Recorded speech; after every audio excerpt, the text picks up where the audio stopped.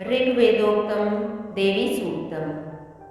इस स्तुति का पाठ करते समय हमें इस प्रकार देवी का ध्यान करना चाहिए।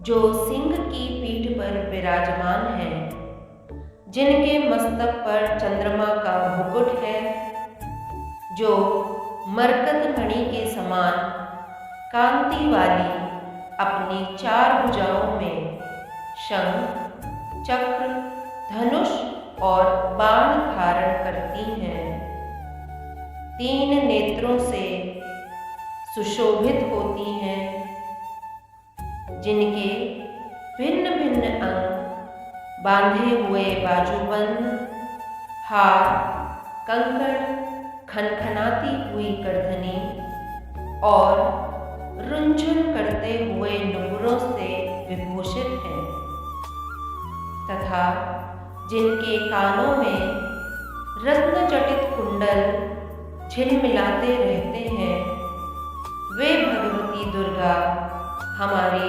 दुर्गति दूर करने वाली हैं। भगवती दुर्गा द्वारा कहे गए उत्तम वचन इस प्रकार हैं।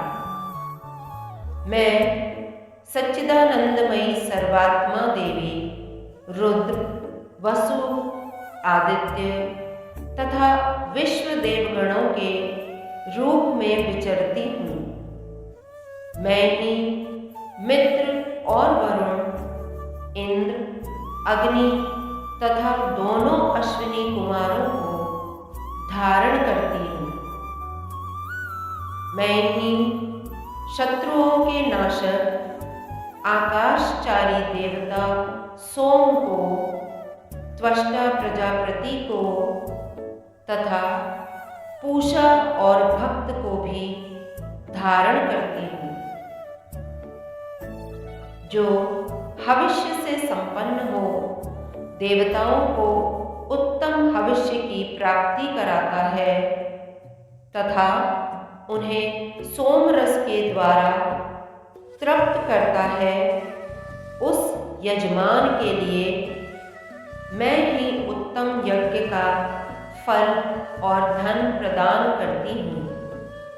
मैं संपूर्ण जगत की अधीश्वरी अपने उपासकों को धन की प्राप्ति कराने वाली, साक्षात्कार करने योग्य व परब्रह्म को अपने से अभिन्न रूप में जानने वाली तथा पूजनीय देवताओं में प्रधान हूँ। मैं प्रपंच रूप से अनेक भावों में स्थित हूँ। संपूर्ण भूतों में मेरा प्रवेश है। अनेक स्थानों में रहने वाले देवता जो कुछ भी करते हैं, मेरे लिए करते हैं। जो अन्न खाता है, वो मेरी शक्ति से ही खाता है। इसी प्रकार जो देखता है, जो सांस लेता है, जो मेरी ही बात सुनता है, वो मेरी ही सहायता से उक्त सब कर्म करने में समर्थ होता है। जो मुझे इस रूप में नहीं जानते, वे न जानने के कारण ही दीन दशा को प्राप्त होते जाते हैं। हे ब्रह्मश्रुत, मैं तुम्हें श्रद्धा से प्राप्त होने वाले ब्रह्म तत्व का उपदेश करती हूँ, सुनो।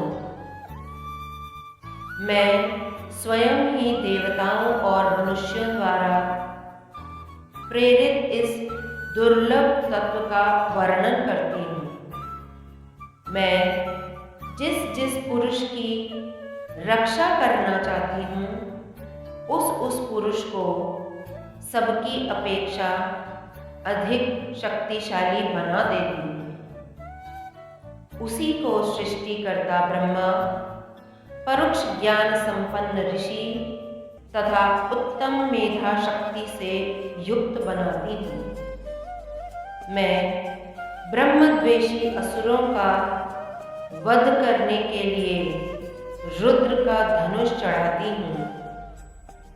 मैं ही शरणागत जनों की रक्षा के लिए शत्रुओं से युद्ध करती हूँ तथा अंतर्यामी रूप से पृथ्वी और आकाश में व्याप्त रहती हूँ और मैं ही इस जगत के पिता रूप आकाश को सर्वाधिष्ठान स्वरूप परमात्मा के ऊपर उत्पन्न करती हूँ। समुद्र में तथा जल में मेरे कारण की स्थिति है, अतएव मैं समस्त भुवन में व्याप्त रहती हूँ तथा उस स्वर्गलोक का भी अपने शरीर से स्पर्श करती हूँ। मैं कारण रूप से जब समस्त विश्व की रचना आरंभ करती हूँ, तब दूसरों की प्रेरणा के बिना स्वयं ही वायु की भांति चलती हूँ। स्वेच्छा से ही कर्म में प्रवृत्त होती हूँ। मैं पृथ्वी और आकाश दोनों से परे हूँ। अपनी महिमा से ही मैं हुई हूँ।